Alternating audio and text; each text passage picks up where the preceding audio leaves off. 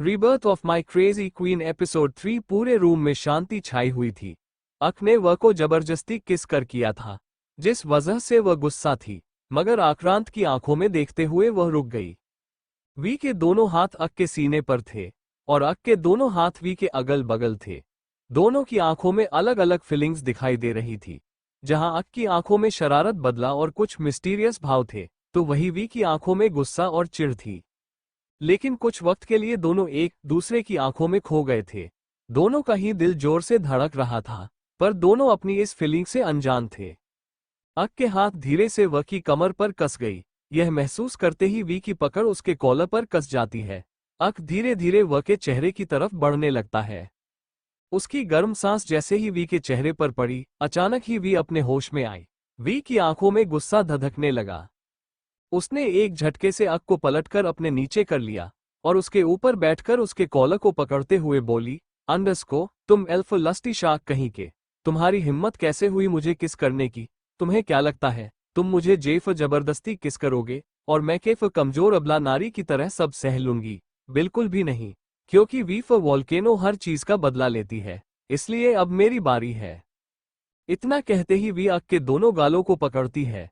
अक कुछ समझता उससे पहले ही वी नीचे झुकी और अक को किस करने लगी। वी के हिसाब से वो अपना बदला ले रही थी, पर यह अक के लिए काफी शॉकिंग था। उसकी आंखें हैरानी से फैल गई। तभी उसे अपने होठों पर तेज दर्द महसूस हुआ। वह को किस करना नहीं आता था, इसलिए वो अक के होठों को बाइट कर रही थी। वी ने काफी मजबूती से अक को पकड़ा हुआ था, क्योंकि अक उसे खुद से दूर कर रहा था, मगर वह दूर हो ही नहीं रही थी।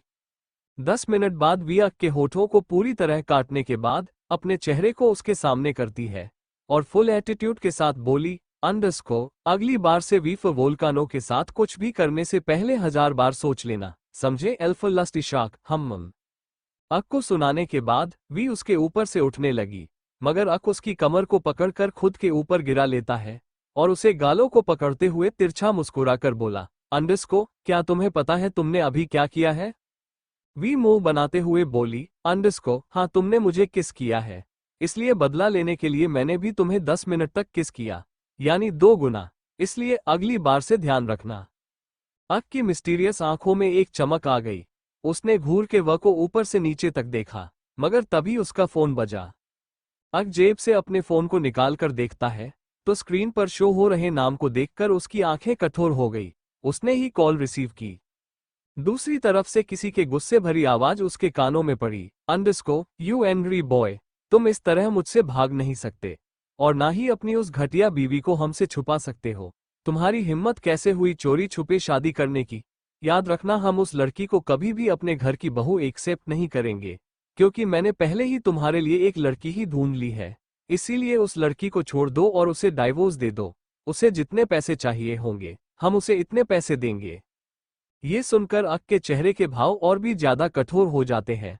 उसने ऊपर से नीचे तक वह को देखा, फिर कोल्ड वॉइस में बोला, अंडरस्को, मॉम, मैंने पहले भी कहा था और फिर से कह रहा हूं, भूल जाए कि मैं कभी भी उसे डाइवोर्स दूंगा। आपको जो करना है आप कर सकती हैं। अपनी बात खत्म करते ही अक कॉल कट कर देता है। उसके सामने बैठी हुई उसे गुस्से में घूर रही थी, क्योंकि वो फोन से मिसेज ओबरॉय की आवाज साफ सुन पा रही थी। आक्रांत ने जैसे ही फोन कट किया, वी एक जोरदार मुक्का उसके मुंह पर मार देती है। अक इसके लिए तैयार नहीं था, इसलिए उसे बहुत ही ज्यादा गुस्सा आ गया। अक भी की कलाई को मरोड़ते हुए उसकी पिठ से लगा देता है, फिर उसके ऊपर आकर दांत पीसते हुए बोला, अंडरस्को, आज तक किसी के अंदर इतनी हिम्मत नहीं हुई जो मुझ पर यानी आक्रांत ओबरॉय पर नजर डाल सके, पर तुम पहली ऐसी लड़की हो जिसने मुझे मारने की हिम्मत की। इनफैक्ट हर मुलाकात में तुमने मुझे खाने से नहलाया है। कहीं ये सब तुम्हारी चाल तो नहीं है? अगर है तो तुम्हें फ्यूचर में बहुत भारी पड़ेगा। कहते हुए बदले की आग उसकी आंखों में नजर आ रही थी। रूम का महल अचानक ही बदल गया। वन ने अक के फोन की तरफ देखते हुए गुस्से में पूछा, अंडरस्को, तुमने अपनी मॉम को शादी के बारे में बता दिया? अक तिरछा मुस्कुराते हुए बोला, अंडरस्को, हाँ, बता दिया, और अब तुम्हें मेरे साथ मेरे घर चल के रहना पड़ेगा। वी उछलते हुए खड़ी हो गई और तुरंत मना करते हुए बोली, अंडरस्को, बिल्कुल नहीं है, मैं कहीं नहीं जाऊंगी। अक उसे ब्लैकमेल करते हुए बोला, अंडरस्को, ठीक है, मैं जाकर अभी अपनी प्यारी सासू माँ को सब बताता हूँ, फिर वो धक्के मार के तुम्हें मेरे साथ भेजेंगी। अक उठकर जाने लगा। वह कुछ समझ नहीं आ रहा था अब क्या करें। उसने अपने होठों को चबाते हुए मन में कहा, नहीं नहीं, अगर डफ और डार्लिंग को पता चल गया तो बहुत बड़ी प्रॉब्लम हो जाएगी। पर मैं क्या करूं? डीफ और डैडी को बता दूं क्या? वी परेशान होकर अपने माथे को मसलने लगती है। वही अक दरवाजे के पास जाकर तिरछा मुस्कुराता है। वहीं दूसरी तरफ ओबरॉय मैंशन, मिसेज ओबरॉय अपने रूम में गुस्से में इधर से उधर टहल रही थी। उनके हाथ में उनका फोन था। वो गुस्से से फोन को सोफे पर फेंकती है, फिर खुद से बोली, अंडरस्कोर, आखिर कौन होगी वो लड़की जिससे इस एंग्री बॉय ने शादी की और डिवोर्स देने से मना कर रहा है। नहीं, मैं ऐसे ही किसी को भी अपनी बहू एक्सेप्ट नहीं करूंगी। मैंने कितने सपने सजाए थे कि भी मेरी बहू बनेगी। मुझे कैसे भी करके वह और आक्रांत को करीब लाना होगा। यही तरीका है उस घटिया लड़की को आक्रांत की जिंदगी से बाहर निकलने का। मिसेज ओबरॉय अपने प्लान पर बहुत ही ज्यादा खुश हो रही थी। जब अक के असिस्टेंट यानी जय के मुंह से मिसेज ओबरॉय ने सुना था कि अक की शादी हो गई, तब से वो बहुत ही ज्यादा गुस्से में थी। मगर अपने इस प्लान पर उन्हें बहुत खुशी हो रही थी। अब जाकर उनका गुस्सा कहीं शांत हुआ था। रात के 9 बजे मिसेज राणा तैयार होकर नीचे हॉल में आए। वहां पर अभी लैपटॉप में कुछ कर रहा था। उन्होंने अभी के माथे पर हाथ फेरते हुए चिंता से कहा, अंडरस्को, तुम्हारा बुखार तो उतर गया है और सुबह मैंने पट्टी भी बदल दी थी। अगर तुम्हें अपनी तबीयत खराब लगे तो मुझे कॉल कर लेना। और पता नहीं यह वह 4 वोल्कानो परी गई कहाँ। कितनी देर से कॉल कर रही हूँ। आ जाए फिर उसकी अच्छे से खबर लूंगी मैं। उन्हें गुस्से में देखकर अभी अपने गले को साफ करते हुए बोला, अंडरस्को, मम्मा वो ओबरॉय अंकल से मिलने गई है। ये सुनकर मिसेज राणा ने अपना सर हाँ में हिला दिया और उसे अपना ध्यान रखना को बोलकर वहां से चली गई। उनके जाते ही अभी के चेहरे के एक्सप्रेशन बदल गए। उसने खुद से कहा, अंडरस्को, जरूर इस वोल्कानो ने कोई ना कोई परेशानी जरूर खड़ी की है, तभी तो वह अजीब बिहेव कर रही थी। ऊपर से वह अपनी खिड़की से कूद कर गई है। उसने मुझे बस मैसेज करके बताया है कि वह कहीं जा रही है। बस जहां भी जाए कोई प्रॉब्लम क्रिएट न करे। इतना कहते ही वो अपना सिर पकड़ लेता है। मिस्टर राणा इस वक्त अस्पताल में थी। वो वार्ड में बैठे हुए थे और डॉक्टर उनकी पट्टी बदल रहे थे। मिस्टर राणा इनपेशेंट होकर बोले, अंडरस्को, डॉक्टर जल्दी करिए। और क्या आप मुझे बता सकते हैं ये चोट कब तक सही होगी? डॉक्टर ने एक गहरी सांस लेकर कहा, मिस्टर राणा आप इतना घबरा क्यों रहे हैं? मिस्टर राणा भी के बारे में सोचते हुए बोले, क्योंकि मेरे पास एक वोल्कानो है। अगर उसे मेरी चोट के बारे में जरा सा भी अंदाजा हो गया तो वह ऐसे फटेगी कि अपने लावे में पूरी दुनिया को समेट लगी। फिर मुझे भी एक कमरे में बंद रहना पड़ेगा, क्योंकि जब तक मेरी चोट ठीक नहीं होगी वो मुझे कहीं जाने नहीं देगी। बड़ी मुश्किल से उसके सामने मैंने अपने इस चोट को छुपाया है। ये सुनकर डॉक्टर हंसने लगते हैं, फिर उनकी पट्टी बदल देते हैं। तभी मिस्टर राणा को एक कॉल आया और वो वहां से चले गए। उनके जाते ही मिसेज राणा हॉस्पिटल के अंदर आए, क्योंकि एक इमरजेंसी केस था, इसलिए इतनी रात को उन्हें आना पड़ा। दूसरी तरफ एक आदमी अंधेरे कमरे में बैठा हुआ था। उसके हाथों में एक तस्वीर थी, जिसे देखकर वो हंसते हुए बोला, अंडरस्को, मेरी प्यारी वी, तुम्हें मैंने कितना ज्यादा ढूंढा। तुम्हारे कारण मुझे मेरे प्यारे ससुर जी पर जानलेवा हमला करना पड़ा, लेकिन वो तुम्हारे और मेरे रिश्ते के लिए नहीं माना। पर कोई बात नहीं, मैं तुम्हें पूरी दुनिया से चुरा लूंगा। अपनी बात खत्म करते ही वो पागलों की तरह हंसने लगा और उस तस्वीर को अपने सीने से लगा लिया। उसकी बातें और उसका ऑरा दोनों में ही पागलपन झलक रहा था। वहीं दूसरी तरफ ओबरॉय मेशन के बाहर एक कार आकर रुकी। तभी गार्ड ड्राइविंग सीट का डोर ओपन करता है तो अपने सूट को सही करते हुए अक बड़ी एटीट्यूड के साथ बाहर निकला। उसके चेहरे पर कोई भी एक्सप्रेशन नहीं थे, मगर उसकी आंखों में एक खतरनाक चमक थी। अक पैसेंजर सीट की तरफ गया और डोर ओपन करके अपने हाथ आगे कर देता है। काफी देर तक वो हाथ आगे करके खड़ा था। जब किसी ने उसका हाथ नहीं थामा तो वो गुस्से से पैसेंजर सीट पर बैठे इंसान का हाथ पकड़कर उसे जबरदस्ती बाहर निकाल लेता है। वो इंसान खुद को संभाल नहीं पाया और अक के ऊपर गिरने लगा तो अक उसकी कमर को होल्ड कर लेता है। अक गुस्से में बोला, अंडरस्को, क्या तुमसे ढंग से चला नहीं जाता है वी4 वोल्कानो? वी गुस्से से उसकी तरफ देखती है। उसने पेंट और टॉप पहना था, मगर उसने एक रेड कलर के दुपट्टे से घूंघट किया हुआ था ताकि कोई उसका चेहरा ना देखे। वो अपने दुपट्टे को सही करते हुए अक से बोली, अंडरस्को, देखो चक्र ऊप सक, मैं अपना चेहरा किसी को नहीं दिखाऊंगी। वह अपने दुपट्टे को और कस के पकड़ लेती है। अक चिढ़ते हुए उसे लेकर जैसे ही विला के अंदर पहुंचा, अचानक ही एक गुस्से भरी आवाज दोनों के कान में पड़ी। जहां हो वहीं रुक जाओ, वरना मुझसे बुरा कोई नहीं होगा। अक और वी ये आवाज सुनकर अपनी जगह पर रुक जाते हैं। अक एक्सप्रेशन लेस भाव से एक टक सामने देखता है। फिर अपनी आईब्रो ऊपर करके उसने कोल्ड वॉइस में पूछा, अंडरस्को मॉम, क्या मैं जान सकता हूं कि आपने हमें क्यों रोका है? मिसेज ओबरॉय आकर अक के सामने खड़ी हो गई। फिर उन्होंने ऊपर से नीचे तक पहले अक को घूरा, उसके बाद वह ऊपर से नीचे तक वी को देखने लगी। उन्होंने अपनी मुट्ठी करके बंद की हुई थी। वी ने दुपट्टे से अपने चेहरे को कवर किया हुआ था। ये देखकर मिसेज ओबरॉय चिढ़ते हुए बोली, अंडरस्को लड़की, तुमने दुपट्टे से अपना चेहरा क्यों छुपाया हुआ है? इन कपड़ों पर दुपट्टा कौन लेता है? अपना दुपट्टा हटाओ। इतना कहते ही वो वी का दुपट्टा पकड़ लेती है। ये देखकर वी की आंखें एकदम बड़ी बड़ी हो गई। वो गुस्से में अपना मुंह फुलाकर पीछे से एक जोरदार मुक्का अक के पीठ पर मारती है। उसका मुक्का काफी तेज था, इसलिए अक को पीठ में बहुत तेज लगी थी, मगर उसने अपने होठों को दबाकर अपनी आवाज को रोक लिया। फिर वो मिसेज ओबरॉय को वी से अलग करते हुए एक्सप्रेशन लेस भाव से बोला, अंडरस्को मॉम, अगर वो अपना चेहरा नहीं दिखाना चाहती तो आप जबरदस्ती नहीं कर सकती। मिसेज ओबरॉय अक को वी के लिए इतना पजेसिव देखकर गुस्से में बोली, अंडरस्को ये आज की आई लड़की के लिए तुम मुझसे इस तरीके से बात करोगे? आखिर है कौन ये लड़की? अक से इतना कहने के बाद मिसेज ओबरॉय वी के सामने खड़ी हो गई। उन्होंने वी को गुस्से में घूरते हुए कहा, अंडरस्को तुम्हारा नाम क्या है? और तुम मेरे बेटे को कब से जानती हो, जो उससे शादी कर ली? लेकिन तुम ज्यादा दिन तक यहाँ टिक नहीं पाओगे। ये सुनकर वी अपने मन में मुंह बनाते हुए बोली, अंडरस्को आपके इस एल्फ लस्टी शार्क के साथ रहना ही कौन चाहता है? इस सीफ चक्र के कारण मुझे आईफो आइटम से कितना डांट खाना पड़ रहा है, एक एक का बदला लूंगी। इतना कहकर वो थोड़ा अक के करीब जाती है और पीछे से उसे एक और जोरदार मुक्का मारती है। अक उसे बहुत ही ज्यादा गुस्से में देख रहा था। मिसेज ओबरॉय जबरदस्ती दुपट्टा हटाने की कोशिश कर रही थी, मगर वी दुपट्टा छोड़ ही नहीं रही थी।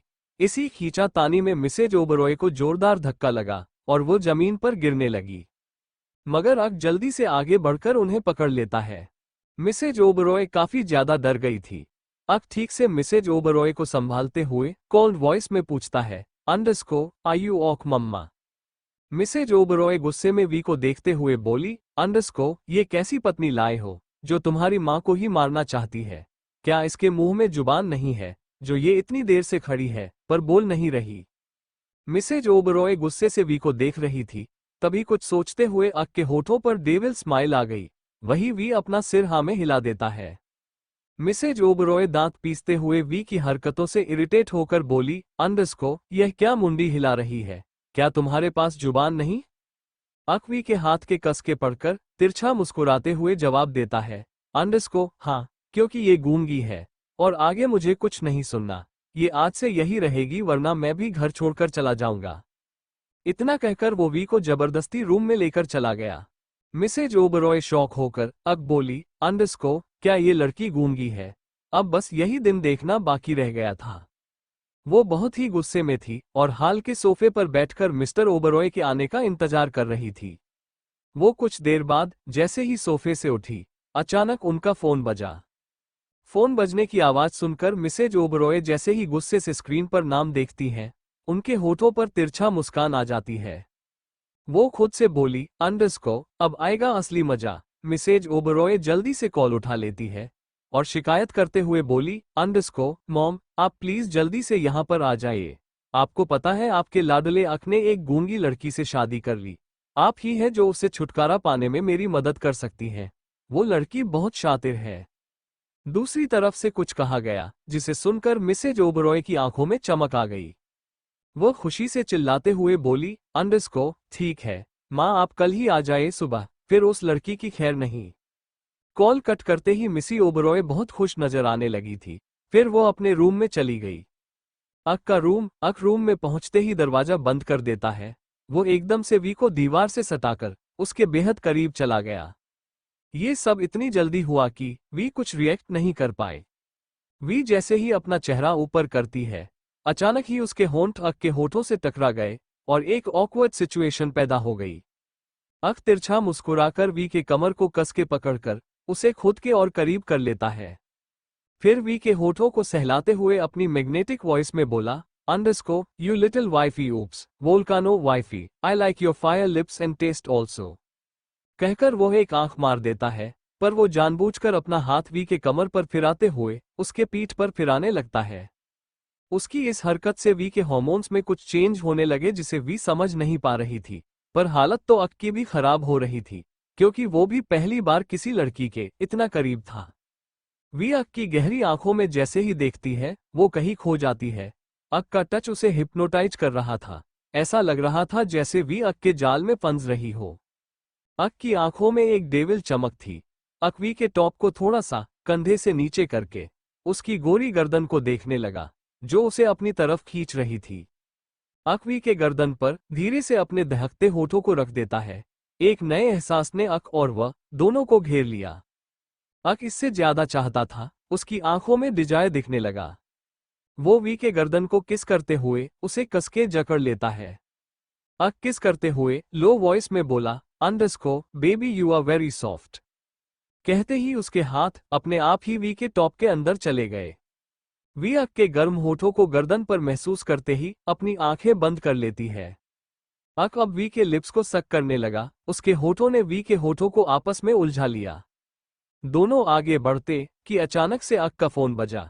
इस आवाज ने वी को होश में ला दिया। उसने देखा अक क्या कर रहा, तो वो जल्दी से उससे दूर होते हुए हैरानी से पूछती है, अंडरस्को तुम मेरे करीब क्यों खड़े हो? वी खुद को देखती है तो उसका टॉप कंधे से काफी नीचे था, यहां तक कि उसके गर्दन के नीचे का कुछ हिस्सा दिख रहा था। वी अपने कपड़े सही करती है, फिर उसने गुस्से से अक को मारना चाहा, पर अक ने तिरछा मुस्कुराते हुए उसकी कलाई को मरोड़ दिया और उसके गर्दन पर होठ रखते हुए कोल्ड वॉइस में बोला, अंडरस्को नो वाइफी, ऐसी गलती फिर मत करना, because I am bad boy. V को छोड़ते ही अक अपने होठों को सहलाने लगा। वी तो गुस्से में आग बबूला हो गई। वी अक को उंगली दिखाकर चुटकी बजाते हुए गुस्से में बोली, अंडरस्को वी फॉर वॉल्केनो से पंगा लेना तुम्हें कितना भारी पड़ेगा, ये मैं तुम्हें बताऊंगी। U for understand and B for better understand. दोनों की आंखों में आग दिख रही थी। फिर वी बेड पर बैठते हुए डेविल स्माइल करके बोली, underscore so L for lust Ishaq, चुपचाप जमीन पर सो क्योंकि बेड पर वी फॉर वॉल्केनो सोएगी। अक भड़क गया। वो जल्दी से वी को उठाते हुए बोला, अंडरस्को तुम जमीन पर सोगी, उठो और जाओ क्योंकि मेरा बेड मुझे बहुत प्यारा है। वी और अक दोनों लड़ने लगे। वी अक के गर्दन पर जोर से काट लेती है और जल्दी से उसे एक किक मार के बेड से नीचे गिरा दिया। अक संभाल नहीं पाया और जमीन में गिर गया। ये देखकर वी घमंड से उसे देखते हुए हंसने लगी। अक गुस्से से जल रहा था क्योंकि उसका ईगो हर्ट हो चुका था। वो खड़े होकर गुस्से में चीखा, underscore you pay for this V for volcano. दूसरी तरफ मिसेज राणा हॉस्पिटल में अपने कैबिन में थी। जिस मरीज की सर्जरी उन्हें करनी थी उसकी डिटेल पढ़कर उनका शरीर डर से कांप रहा था। वो घबराते हुए बोली, अंडरस्को नहीं, वो सब वापस नहीं आ सकते। उन सबको हमारे बारे में पता चल गया तो मेरा छोटा सा परिवार खत्म हो जाएगा। मुझे अंकित को सब बताना होगा कि वो सब वापस आ चुके हैं। इतना कहते ही डर के मारे वो फोन निकालकर मिस्टर राणा को कॉल कर देती है। अक के रूम का माहौल बहुत ही ज्यादा गंभीर हो चुका था। अक अपनी जगह पर खड़े होकर गुस्से से वी को देख रहा था। उसकी आंखें एकदम से लाल थी। अक वी को उंगली दिखाते हुए गुस्से में बोला, अंडरस्को आज तक किसी की हिम्मत नहीं हुई कि वह आक्रांत ओबरॉय को नजर उठाकर देख भी सके, और तुमने मुझे बेड से गिराया। वी मुंह बनाने लगी, फिर कुछ सोचते हुए उससे बोली, अंडरस्को लेकिन मैंने तो तुम्हें एल्फ लात मारी थी। बेड से तो तुम खुद ही गिरे थे। देखो तुम मुझ पर जेफ झूठे इल्जाम लगा रहे हो। इतना कहते ही वो एक पल के लिए सोच में पड़ गई, मगर फिर बहुत ही गिल्ट के साथ उसने अक को देखते हुए कहा, अंडरस्को अच्छा ठीक है, मैं तुमसे एस फॉर सॉरी बोलूंगी। ए फॉर आओ इधर मेरे पास। वह अपने हाथों के इशारे से अक को बुलाती है। उसके गिल्टी एक्सप्रेशन देखकर अक के चेहरे पर घमंड झलकने लगा। उसने बड़बड़ाते हुए कहा, अंडरस्को अब आए ना लाइन पर। वो जैसे ही वी के पास पहुंचा, वी क्यूट सा एक्सप्रेशन बनाकर उसे देखती है, फिर एक जोरदार किक मारकर उसे दोबारा जमीन पर गिराते हुए हंसकर बोली, अंडरस्को आए बड़े वी फॉर वोल्कानो से एस फॉर सॉरी बुलवाने वाले। U L for lusty shark, तुम्हें तो मेरी जूती भी एस फॉर सॉरी ना बोले। वी मुंह बनाते हुए पूरे बेड पर घर कर लेट गई। उसने चादर से खुद को ढक लिया था। इस बार अक को अपनी कमर में बहुत जोर से लगी थी। अक अपनी कमर को सहलाते हुए बहुत ही मिस्टीरियस एक्सप्रेशन और साइको एक्सप्रेशन के साथ वी को देखता है, जो चैन से सो रही थी। उसने अपनी मुट्ठी कसते हुए मन में कहा, अंडरस्को सोलो, आज रात में जितना चैन से सोना है, कल से तो तुम्हारा जीना हराम होने वाला है इस घर में। इतना कहते ही उसके होठों पर तिरछी मुस्कान आ गई। वो गुस्से से अपनी मुट्ठी बंद करते हुए सिगरेट निकलता है और खिड़की के पास खड़े होते हुए उसके कश लेने लगता है। 2 घंटे तक अक्र वहीं पर खड़ा था। अचानक उसे कुछ गिरने की आवाज सुनाई थी। वह चौंकते हुए पीछे पलट कर देखता है, तो उसे बेड पर कोई नहीं दिखा। अक क्यूरोस होकर बेड के दूसरी तरफ जाता है, तो देखता है कि वी जमीन पर पड़ी हुई थी, पर उसे होश नहीं था। वह आराम से सो रही थी। ये देखकर अक के होठों पर खतरनाक मुस्कान आ गई। वो अपनी शर्ट को उतारकर जल्दी से बेड पर लेटते हुए बोला, अंडरस्को, बड़ी आई थी मुझे मेरे बेड से उठाने वाली। मेरा बेड भी अपने मालिक का बहुत अच्छे से पहचानता है, इसीलिए तो तुम नीचे गिर गई। अब पड़ी रहो नोचे। कहते ही वो आराम से अपनी आंखें बंद करके लेट गया। वहीं दूसरी तरफ हॉस्पिटल में कई सारी कार्स आकर रुकी। बीच वाली कार को गार्ड्स ने घेर लिया था। उसमें से एक हट्टा कट्टा आदमी निकला। वो आदमी बहुत ही ज्यादा जल्दी में लग रहा था। वो भागते हुए सबसे ऊपर वाले फ्लोर पर गया। उसके कदम एक केबिन के सामने जाकर रुक गए। उसने जल्दी से केबिन का डोर खोला और अंदर चला गया। तभी एक औरत उसके गले लगाकर रोने लगी। उस औरत ने रोते हुए कहा, अंडरस्को, अंकित वो सब यहाँ पर आ चुके हैं, अब हम क्या करेंगे? मिस्टर राणा के चेहरे पर कोई भी एक्सप्रेशन नहीं थे। वो मिसेज राणा के बालों को सहलाते हुए अपनी आवाज को नरम करके बोले, अंडरस्को, पिया चिंता मत करो, कुछ नहीं होगा। और वैसे भी अब हम वो पुराने वाले अंकित और पिया नहीं रहे। अब हमारी बस छोटी सी फैमिली है, जिसमें हम तुम और हमारे दोनों बच्चे हैं। हमें किसी और से कोई मतलब नहीं है। इग्नोर करो उन सबको। मिसेज राणा और रोते हुए उनकी आंखों में देखकर पूछती है, अंडरस्को, क्या ये सब इतना आसान है? हम उन्हें इग्नोर कर देंगे, पर क्या वह हमें इग्नोर करेंगे? अगर उन्होंने हमारे बच्चों के साथ कुछ गलत कर दिया तो? नहीं, मैं कोई रिस्क नहीं ले सकती। ऊपर से उन सबका वह पागलपन, इसका सबसे ज्यादा असर हमारी वी पर पड़ेगा। हमें जल्दी से उसकी शादी करनी होगी, पर एक ऐसे इंसान से जो उसे उन सब से बचाए। उनकी आंखों में बेबसी, दर्द और घबराहट साफ झलक रही थी। मिस्टर राणा उनके आंसू पोंछते हैं, फिर उन्हें वापस से गले लगाते हुए एक्सप्रेशन लेस भाव से कुछ सोचने लगे। उनके चेहरे को देखकर यह पता लगाना मुश्किल था कि वह क्या सोच रहे हैं। उन्होंने खोए हुए स्वर में कहा, अंडरस्को, चिंता मत करो। वी ऑलरेडी उस इंसान के साथ जुड़ चुकी है, जो उसे प्रोटेक्ट करेगा। मिसेज राणा समझी नहीं, पर मिस्टर राणा ने आगे कुछ नहीं कहा और उन्हें चुपचाप लेकर चले गए। जैसे ही उनकी कार वहां से निकली, एक 50 साल का आदमी जो हॉस्पिटल के अंदर जा रहा था, अचानक ही वो अपनी जगह पर रुक गया। उसकी नज़र मिस्टर राणा की जाती हुई कार पर पड़ी। उसने खुद से कहा, अंडरस्को, वो आदमी मुझे जाना पहचाना क्यों लगा? ऐसा लग रहा था जैसे यह वह है। नहीं नहीं, ऐसा कैसे हो सकता है? लेकिन अगर यह वही हुआ, तो इस बार कयामत आएगी। कहते ही उसकी आंखें गहरी हो गई। अगली सुबह धीरे धीरे वी की आंखें खुली। पहले वो अपनी आंखें मसलकर आसपास दिखती है। वो खुद को अनजान जगह पर देखकर हैरान हो गई, लेकिन उसने जैसे देखा वो जमीन पर सो रही है, तो उठकर खड़ी हो गई। उसकी हैरानी भरी नजर जब अक पर पड़ी, तो उसकी आंखें छोटी हो गई। वो एक बार खुद को देखती है और फिर आक्रांत को। उसने गुस्से से अपनी मुट्ठी बंद करते हुए कहा, अंडरस्को, क्या उसने मुझे जानबूझकर जमीन पर गिराया था? और खुद देखो आराम से सो रहा है। इसे अच्छा सबक सिखाना ही पड़ेगा। इतना कहते ही वो अपनी मुट्ठी बनाकर दूसरे हाथ पर मारती है, फिर पैर पटकते हुए वॉशरूम में चली गई। कुछ देर बाद वो शॉवल लेकर जैसे ही बाहर निकली, उसके होठों पर खतरनाक मुस्कुराहट छा गई। वी ने इस वक्त अक की शर्ट और लोअर पहना हुआ था, क्योंकि उसके पास कपड़े नहीं थे। वो बहुत बड़े थे उसके लिए, पर उसने किस तरह उन्हें अच्छे से सेट कर लिया था। तभी रूम के दरवाजे को किसी ने खटखटाया। वी अपने चेहरे को दुपट्टे से दोबारा कवर करके जैसे ही दरवाजा खोलती है, बाहर एक नौकर उसे देखकर अजीब सा मुंह बनाता है। फिर अपने हाथ में पकड़े हुए कॉफी को देखते हुए बोला, अंडरस्को, वो मैडम सर की कॉफी। वी कॉफी को देखती है, फिर उससे कॉफी की ट्रे को लेकर नौकर के मुंह पर ही दरवाजा बंद कर देती है। ये चीज नौकर को अजीब लगी, पर वो कुछ नहीं बोला। वही वी कॉफी को देखते हुए डेविल स्माइल करने लगी। वो कॉफी को टेबल पर रखते हुए एटीट्यूड से बोली, अंडस्को, अब देखो मैं तुम्हारे साथ क्या करती हूँ। इतना कहते ही वो अक की उंगलियों को पकड़ती है और उसे उस गर्म कॉफी के अंदर एकदम से डाल देती है। वही अक जो अभी सुकून से सो रहा था, अगले ही पल उसे अपने हाथों में एक तेज जलन हुई, तो वो चीखते हुए उठ गया। अक की चीख पूरे विला में गूंज रही थी, जिसे हॉल में खड़ी मिसेज ओबरॉय, मिस्टर ओबरॉय और यही नहीं अभी अभी ही विला के अंदर आए एक औरत ने भी सुन लिया था, जिसकी उम्र लगभग 60 साल होगी। उस औरत ने हल्के नीले कलर की साड़ी पहनी थी और मोतियों का हर बालों का जुड़ा बना हुआ था, लेकिन चालाकी, शातिरता और रौब उसके चेहरे से साफ झलक रही थी। वो सभी अक के रूम की तरफ देख रहे थे। मिसेज ओबरॉय चौंकते हुए बोली, अंडस्को, इस लड़की ने क्या किया जो मेरा बेटा चीखा?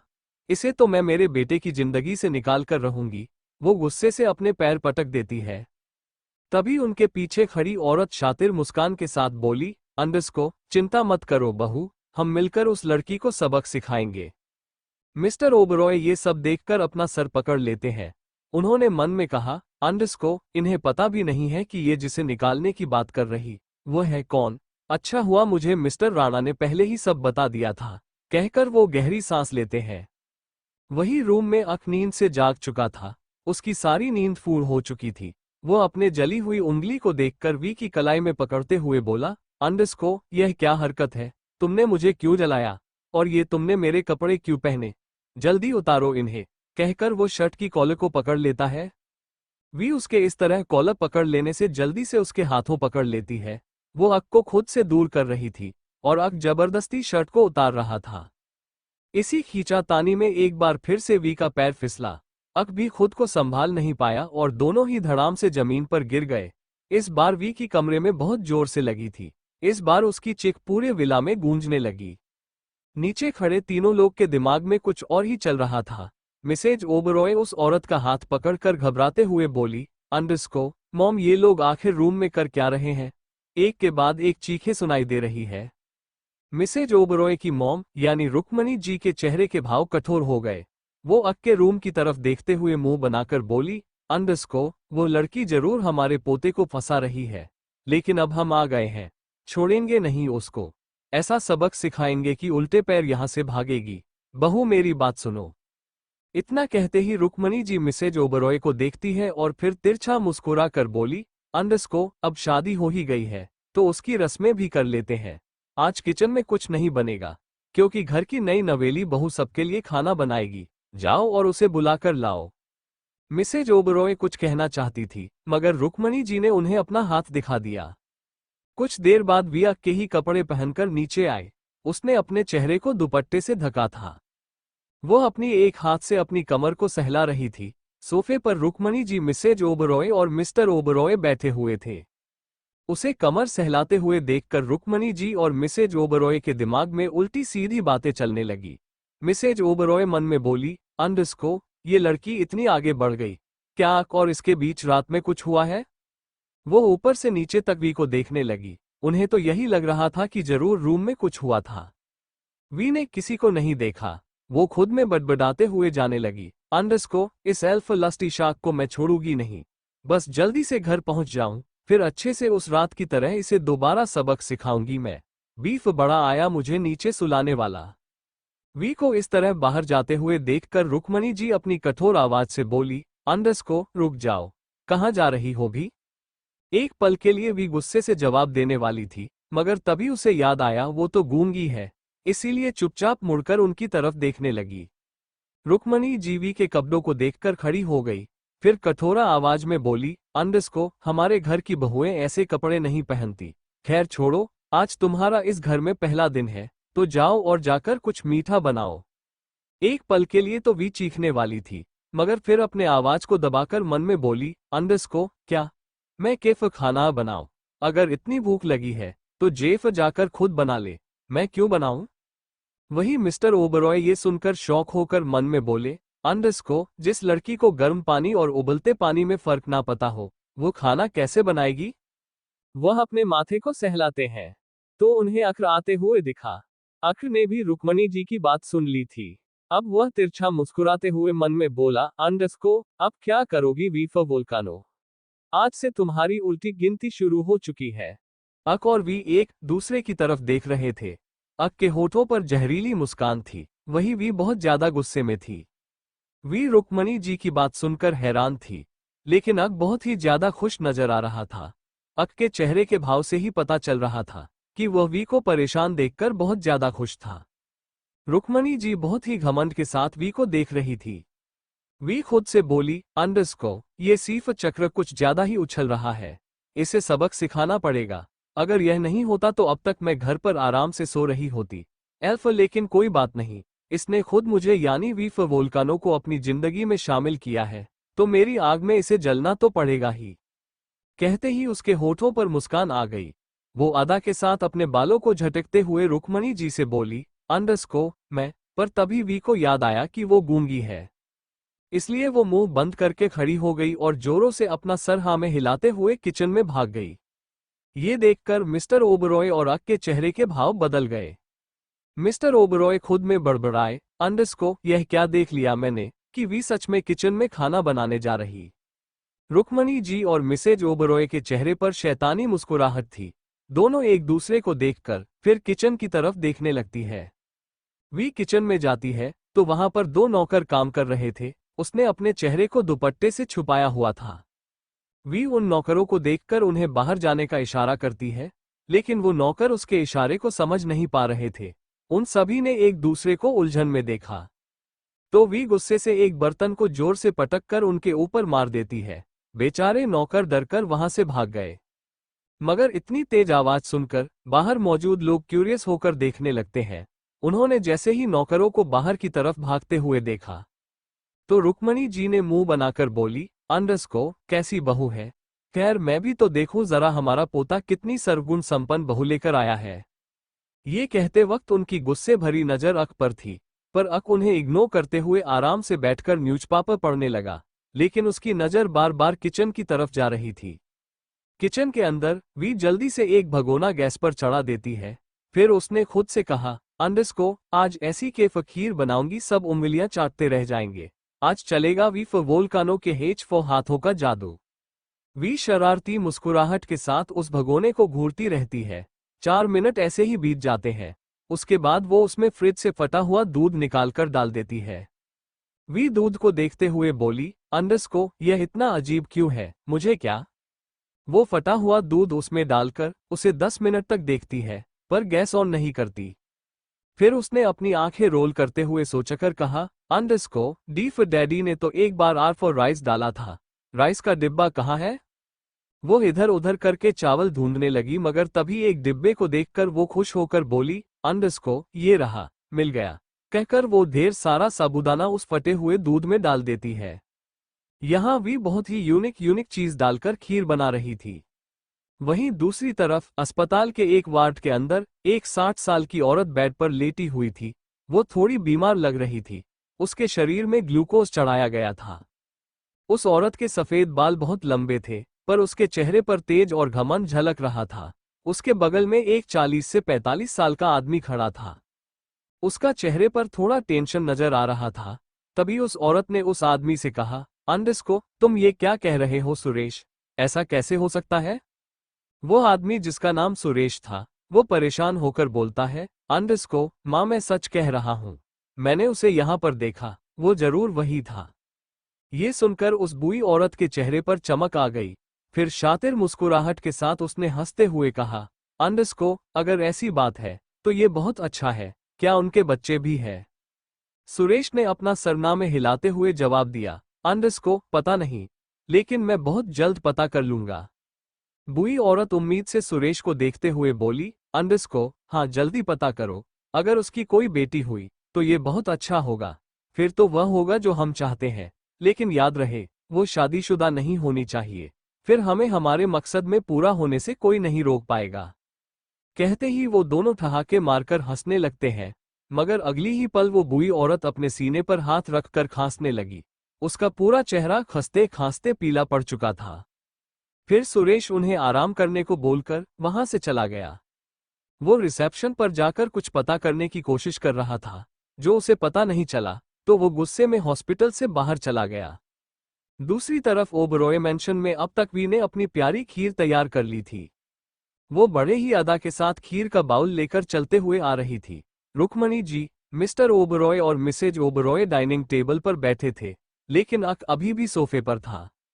उसने जैसे ही देखा वी ने खीर के बाउल को डाइनिंग टेबल पर रख दिया है, तब जाकर उसने राहत की सांस ली और मन में बोला, अंडस को, अगर मैं वहां होता तो जरूरी सब कुछ मेरे ऊपर गिराती, चलो बच गया। कहते ही वह भी जाकर डाइनिंग टेबल पर बैठ गया। रुक्मणी जी पहले अजीब नजरों से वी को देखती है। वी को ये बार बार बहुत इरिटेटिंग लग रहा था।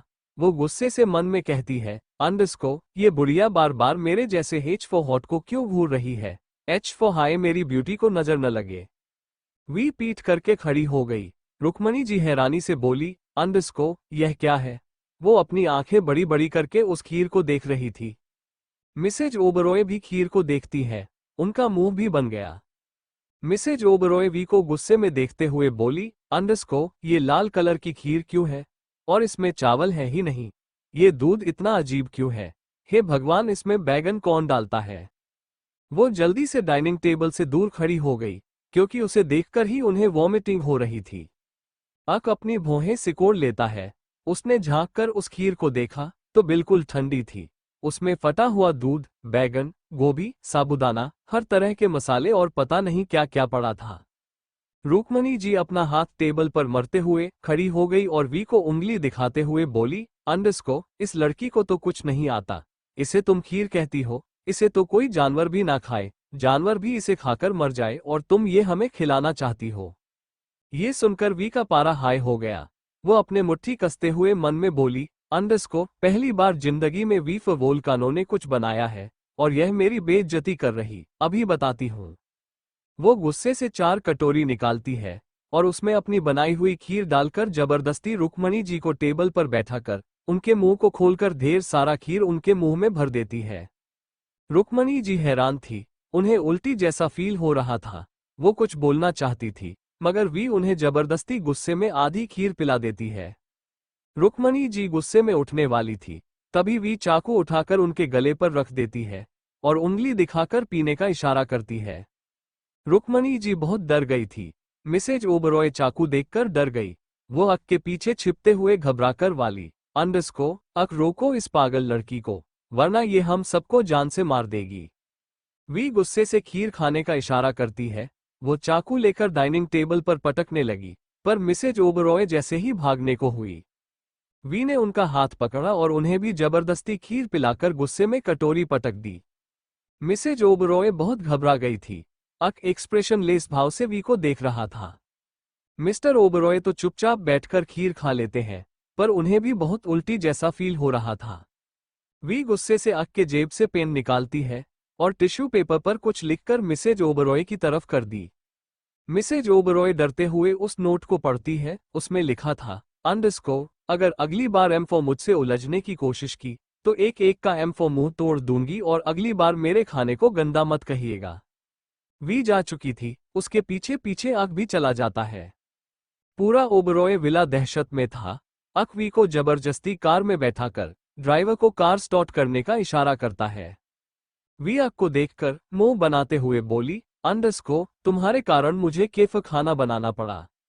मुंह फुलाते वक्त उसके होठ बहुत अट्रैक्टिव लग रहे थे। अक को समझ नहीं आ रहा था कि वो वी की तरफ क्यों अट्रैक्ट हो रहा। अचानक ही कार में ब्रेक लगे, जिस कारण वी उछलते हुए अक की गोद में आ गई, और अक के होठों ने अनजाने में ही वी के गर्दन को छू लिया। वी की आंखें एकदम से बड़ी हो गई, उसका दिल जोर से धड़कने लगा। अक का दिल भी जोर से धड़क रहा था। वी अपने थूक को गटकते हुए मन में बोली, अंडस को, इसके करीब आने से मेरा डीफ दिल इतनी जोर से क्यों भाग रहा था। अक वी की कमर को कसके पकड़ता है, पर अगले ही पल उसने खुद पर से कंट्रोल खो दिया। उसने वी को सीट पर दबाकर किस कर लिया। अक को वी की बॉडी बहुत सॉफ्ट लग रही थी, न चाहते हुए भी उसके हाथ वी के टी शर्ट के अंदर थे। कार का माहौल इंटेंस हो चुका था। वी भी अक के टच को रोक नहीं पा रही थी, क्योंकि पहली बार उसे ये फीलिंग अच्छी लगी। अक उसे किस करते हुए उसके होठों को जोर से बाइट करता है, फिर लंबी लंबी सांसें लेते हुए गहरी आवाज में बोला, अंडस को, बेबी, तुम मुझे अट्रैक्ट कर रही हो। उसने वी के पिंक लिप्स को सक करते हुए उसके सिर को पकड़ लिया। अक पहली बार किसी लड़की के करीब आया था। उसका मन कर रहा था वो वी को ऐसे ही किस करता रहे। वी उसके बाइट करने से होश में आए। वो उसे खुद से दूर करते हुए झटपटाने लगी। वी अक के सीने पर मारते हुए मन में बोली, अंडरस्को, तुम सच में एल्फ लस्टी शार्क हो, हम .hmm। अक जैसे ही उसकी गोरी गर्दन को चूमते हुए बाइट करता है, अचानक वी उस पर चिल्लाती है, अंडरस्को, छोड़ो मुझे। शाम के 5 बजे अक एक डील करके जैसे ही होटल से बाहर निकला, अचानक वो किसी से टकरा गया, क्योंकि उसके गार्ड्स वहां मौजूद नहीं थे। ऊपर से उसने मास्क लगाया था, इसलिए कोई उसे पहचान भी नहीं पा रहा था। अक गुस्से से उस आदमी पर चिल्लाने ही वाला था, पर उस आदमी के हाथों में एक तस्वीर को देखते ही उसकी आंखें छोटी हो गई। वो आदमी कोई और नहीं बल्कि सुरेश था। उसके साथ कई सारे गार्ड्स थे। सुरेश अक को इग्नोर करते हुए जैसे ही उसके पीछे देखता है, तो उसकी आंखों में एक चमक आ जाती है। वह अपने गार्ड से बोला, अंडरस्को, वह रही, पकड़ो उसे और लेकर चलो अपने साथ। अक की नज़र तो बस सुरेश के हाथ में मौजूद तस्वीर पर थी। फिर वह जैसे ही पीछे पलट कर देखता है, तो उसकी आंखें बेहद सख्त और कठोर हो गई। उसका ऑरा बहुत ही ज्यादा डरावना हो जाता है। उसने कस के अपनी मुट्ठी को बंद कर लिया। सामने वी अपने छोटे से बैग को टान कर मटकते हुए दूसरे साइड जा रही थी। सुरेश और उसके आदमी वी को पकड़ने के लिए उसकी तरफ भागे। उन्होंने वी को जल्दी से जाकर घेर लिया। ये देखकर वी अपनी जगह पर रुक गई और आसपास देखने लगी। सुरेश एकदम से उसके सामने आकर हंसते हुए बोला, अंडरस्को, अब कहाँ भाग कर जाओगी, यू लिटिल बटरफ्लाई, बहुत उड़ लिया तुमने, अब मेरी कैद में आने को तैयार हो जाओ। तुम्हारे माँ बाप ने तो तुम्हें बचाने की बहुत कोशिश की, पर तुम्हें मुझसे नहीं बचा पाए। वैसे तुम काफी जवान हो, तुम्हारे साथ खेलने में मजा आएगा। सुरेश जैसे ही वी को हवस भरी नजरों से देखते हुए उसकी कलाई को पकड़ने वाला था, अचानक एक सख्त और ठंडे हाथों ने उसकी कलाई को पकड़कर बेरहमी से मरोड़ दिया। सुरेश की चीख वहां गूंज उठी। अक बहुत बेरहम लग रहा था। वी तो अचानक ही ये सब देखकर हैरान थी। अक बहुत ही गुस्से से सुरेश को देख रहा था। अक की आंखें और भी ज्यादा लाल होने लगी थी। वह धीरे धीरे सुरेश के हाथ को पकड़कर बहुत ही जोर से दबाने लगता है। उसका पूरा शरीर गुस्से में कांप रहा था। अक सुरेश की कलाई के एक नस को जोर से दबाते हुए दांत पीसकर बोला, अंडरस्को, बेहतर होगा उससे दूर रहो। इतना कहते ही वो सुरेश को झटक देता है। सुरेश संभल नहीं पाया और जमीन पर गिर गया। उसके आदमी अक पर गन तानकर खड़े हो गए, तो अक उन्हें अपनी तीखी नजरों से देखते हुए तिरछा मुस्कुराने लगा। सुरेश को अपने कलाई में बहुत दर्द हो रहा था। वो किसी तरह अपने दर्द को सहते हुए गुस्से से अक को देखकर पूछता है, अंडरस्को, कौन हो तुम और क्यों इस लड़की को बचा रहे हो? बेहतर होगा हमारे बीच ना आओ, वरना इसका अंजाम बहुत बुरा होगा। कहते ही सुरेश अपनी जगह पर खड़ा हो जाता है और वी की तरफ दोबारा बढ़ने लगता है। सुरेश वी की तरफ अपने कदम जैसे ही बढ़ाता है, तो अक इस बार उसके गले को पकड़कर दीवार से लगा देता है। उसने सुरेश के गले को और जोर से दबाते हुए सर्द आवाज में कहा, अंडरस्को, मैंने कहा ना उससे दूर रहो, तो मतलब दूर रहो, वरना मुझसे बुरा कोई नहीं होगा। अक की आंखों में वी के लिए पजेसिवनेस और क्रेजीनेस देखकर सुरेश अक से खुद को छुड़ाना भूल जाता है। सुरेश एक नज़र अक की क्रेजी आंखों को देखता है, फिर वी को, जो चुपचाप खड़ी थी, मगर वो थोड़ी हैरान नजर आ रही थी। सुरेश मन में बोला, अंडरस्को, कहीं ऐसा तो नहीं कि यह लड़का वी को पसंद करता है? अगर ऐसा है तो मुझे इसे खत्म करना होगा, वरना ये हमारे मकसद के बीच आ जाएगा। ये सोचते ही सुरेश के चेहरे पर अजीब से भाव आ जाते हैं। वो एकदम से अक को खुद से दूर करने की कोशिश करता है, लेकिन अक को हिला तक नहीं पाया। जब वो अक को खुद से दूर नहीं कर पाया, तो उसने अक की आंखों में देखते हुए दांत पीसकर कहा, अंडरस्को, ये लड़की मेरी होने वाली बीवी है, इसलिए हमारे बीच मत आओ। ये सुनकर अक की पकड़ सुरेश पर ढीली पड़ गई, तो सुरेश उसे धक्का देकर अपने गले को पकड़कर खांसने लगा। वही भी हैरान थी। वो कुछ समझती कि अक उसकी कलाई को पकड़कर गुस्से में पूछता है, अंडरस्को, कौन है ये, जवाब दो, मुझे जवाब दो, वरना मैं अपने गुस्से में तुम्हें भी हट कर दूंगा। वी हैरानी से बोली, अंडरस्को, चक्र, क्या तुम पागल हो गए हो? भला मैं इस बीफ बुड्ढे से ऐसे शादी क्यों करूंगी? मैं इसे नहीं जानती। वी की बात सुनकर अक का गुस्सा थोड़ा कम हो गया। सुरेश गुस्से में अक को देखता है। वो अचानक ही अक को मारने वाला था, तभी गोली चली। सुरेश एकदम से अपनी जगह पर रुक गया। उसने सर झुकाकर अपने कंधे को देखा, जहां से खून निकल रहा था। फिर लेफ्ट साइड, जहां से कई सारे गार्ड्स भागते हुए आ रहे थे। देखते ही देखते गार्ड्स ने सुरेश के गार्ड्स को बंदी बना लिया। अब गुस्से में वी के हाथ को पकड़कर राज को ऑर्डर देता है, अंडस को इसकी ऐसी हालत करो कि अगली बार मेरी वॉल्केनो बेबी को देखने से पहले भी 1000 बार सोचे। वो वी को जबरदस्ती लेकर चला गया। सुरेश अपने बहते खून को रोकते हुए अक की पीठ को घूरते हुए चिल्लाया, अंडस को, कौन हो तुम? और याद रखना, वो लड़की सिर्फ मेरी है। उसकी शादी पहले ही मेरे साथ तय हो चुकी। उससे दूर रहो वरना ये तुम्हारे लिए अच्छा नहीं होगा। राज तिरछा मुस्कुराते हुए सुरेश को एक जोरदार पिक मार के बोला, अंडस को, ना तो तुम्हारी इतनी औकात है कि तुम मेरे प्रेसिडेंट को जान सको, और ना ही तुम इतनी पावरफुल हो कि उनके रहते उस लड़की को छू सको। चलो अब तुम्हें जन्नत की सैर करवाता हूँ। वो सभी सुरेश और उसके आदमी को बंदी बना लेते हैं और एक सीक्रेट प्लेस पर लेकर चले जाते हैं। अक वी को कार में लेकर बैठ गया। उसने बिना सोचे समझे वी को किस करना शुरू कर दिया। इस किस में सिर्फ और सिर्फ उसका गुस्सा झलक रहा था। वी उसके सीने पर हाथ रखकर उसे खुद से दूर करती है, लेकिन अक उस पर काफी ज्यादा हावी हो रहा था।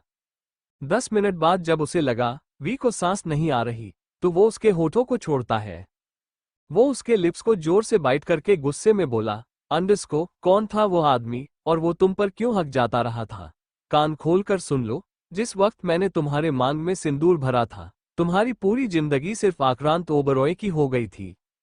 अक की बात सुनकर वी अपनी जगह पर जम गई।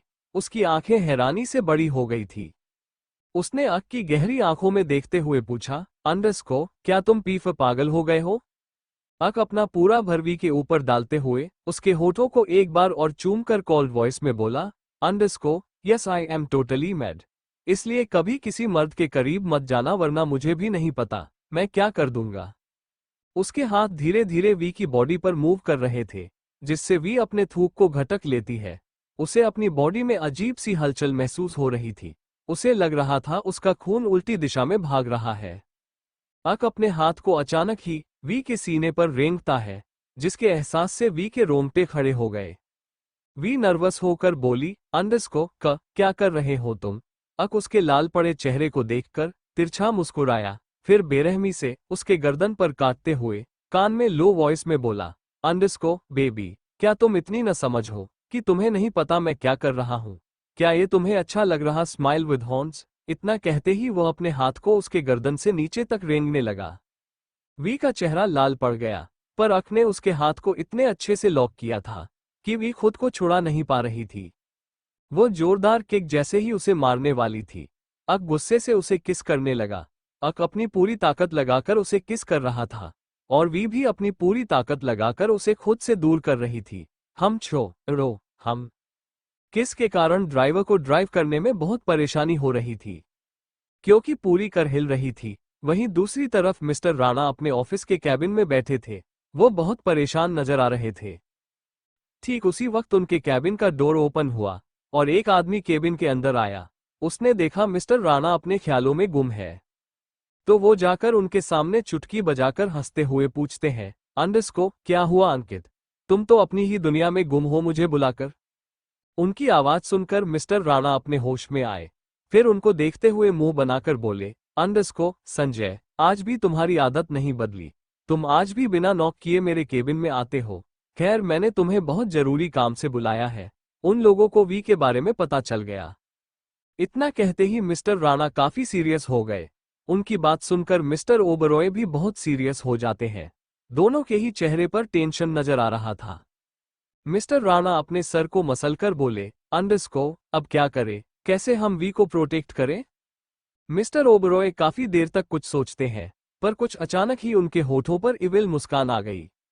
ये देखकर मिस्टर राणा कंफ्यूज होकर उन्हें देखने लगे। तो संजय जी उनके कंधे पर हाथ रखकर थोड़ा लेजी तरीके से बोले, अंडस को, अंकित मेरे यार, क्यों चिंता करते हो? एक इंसान है जो वी को बचा सकता है, बस हमें उसे वी के करीब लाना है। मिस्टर राणा नासमझी से उन्हें देखते हैं, तो मिस्टर ओबरॉय बड़ी चालाकी से बोले, अंडस को, एंग्री बॉय। मिस्टर राणा चौंक गए। अंडस को, वॉट? मैं उसे कभी अपनी बेटी नहीं दूंगा। मिस्टर ओबरॉय उन्हें समझाते हुए बोले, अंडस को भूलो मत, उनकी शादी ऑलरेडी हो चुकी है, बस किसी को पता नहीं है। और यह बात तुम भी बहुत अच्छे से जानते हो कि एंग्री बॉय अपने चीजों और अपने लोगों के लिए बहुत पजेसिव है।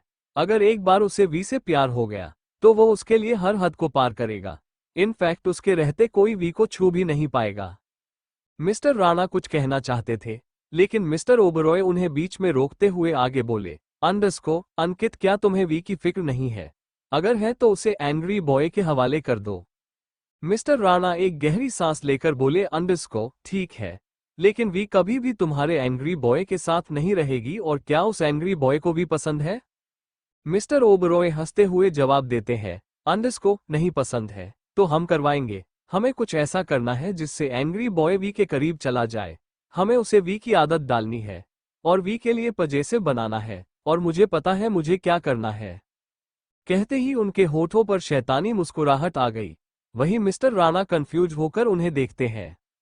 वो दोनों कुछ डिस्कस करते हैं, फिर मिस्टर ओबरॉय वहां से चले जाते हैं। रात के 8 बजे वी अपने घर जा रही थी, लेकिन अक उसे जबरदस्ती ओबरॉय विला लेकर आ गया। वो दोनों जैसे ही ओबरॉय मैंशन के दरवाजे के पास पहुंचते हैं, अंदर से आती हुई आवाज को सुनकर दोनों ही कदम रुक गए। वी ने अपने चेहरे को ढका हुआ था, मगर एक आवाज जैसे ही उसके कान में पड़ी, वो चौंकते हुए बोली, अंडस को डी फॉर डार्लिंग यहाँ पर है। ओह गॉड, अब मेरा क्या होगा? इतना कहते ही वो डरकर वहां से भागने लगी, मगर अक एक्सप्रेशन लेस भाव से उसे अपने एक हाथ से अपने गोद में उठा लेता है और जबरदस्ती अंदर लेकर जाने लगता है। वी गुस्से में उसे पीटने लगी, पर अक उसे अंदर लेकर आ गया। अंदर मौजूद लोगों ने जैसे ही उन दोनों को देखा, उनके मुंह बन गए। तभी मैसेज राणा की आवाज वी के कानों में पड़ी, अंडस को ये लड़की मुझे इतनी जानी पहचानी क्यों लग रही? ये सुनकर तो वी के होश उड़ गए। डर के मारे उसका दिल जोर से धड़कने लगा। Thank you for listening. मुझे उम्मीद है आपको ये स्टोरी पसंद आई होगी। अगर आपको पसंद आए है तो प्लीज लाइक और कमेंट करना ना भूलें और मोर स्टोरीज के लिए सब्सक्राइब करें। मिलते हैं नेक्स्ट वीडियो में।